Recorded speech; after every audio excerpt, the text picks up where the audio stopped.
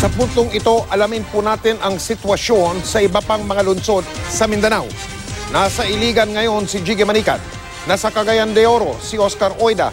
Nakatutok si JP Soriano sa Cotabato. Si Mark Zambrano nasa Zamboanga. Sariwang balita naman mula sa Davao ang ihahatid ni Real Soroche.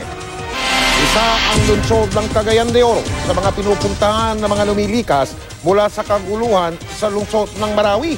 Mas hinigpitan na rin ang seguridad doon po sa lungsod na yon, kasunod ng pinapairal na batas militar sa buong Mindanao. Live mula sa Cagayan de Oro, si Oscar Oida. Oscar! Mike, dito sa syudad ng Cagayan de Oro, dama na rin ang ipinapatupad na martial law. Mula pa kagabi, napakahaba na ng pila ng mga sakyang papasok sa Cagayan de Oro. Kaliwat kanan na kasi ang mga checkpoint sa loob ng Cagayan de Oro at sa mga pangunahing highway papasok dito. Mahigit 100 kilometro ang Cagayan de Oro sa Marawi City, kaya marami sa mga lumikas dito nagsisipagpuntahan. Galing kami dito, galing na alas 8. Umaga. Ngayon lang kami dumating. Ang sikip ng traffic. Pakiusap ng pamunuan lungsod sa publiko, habaan ng pasensya sa gitna na rin ng umiiral na batas militar sa Mindanao.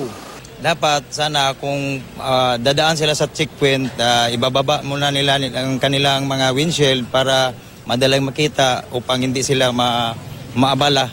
Wala pa namang drastic na mga changes except that we are appealing sa community na let's cooperate sa mga security measures natin. Pabor naman sa ipinapatupad na security measures ang ilan namin nakausap. May changes din pag gabi kasi parang hindi na masyadong marami yung tao pag gumagala, pero so far safe pa rin naman yung pakiramdam.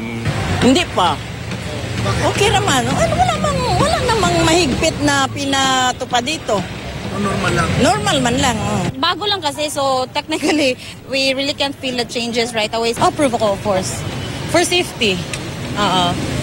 Pero wag to the extent na parang before na may abuse. Wala pa sa ngayon ipinapatupad na curfew dito sa Cagayan de Oro, habang hinihintay pa ng pamahalaan lokal ang guidelines mula sa national government.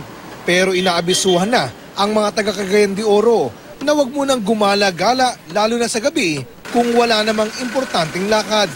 Pinayuhan din ang mga taga rito na itimbre agad sa mga otoridad kapag may napansing kahinahinala, tao man o bagay. Hindi namang natin ma-deny na nandyan yung threat eh. Nandyan lang yon. But of course, pag importante naman yung mga lakad, hindi naman pwedeng sabihin na huwag kayong umalis. Kailangan pa rin natin na maging vigilant tayo dun sa what is happening around.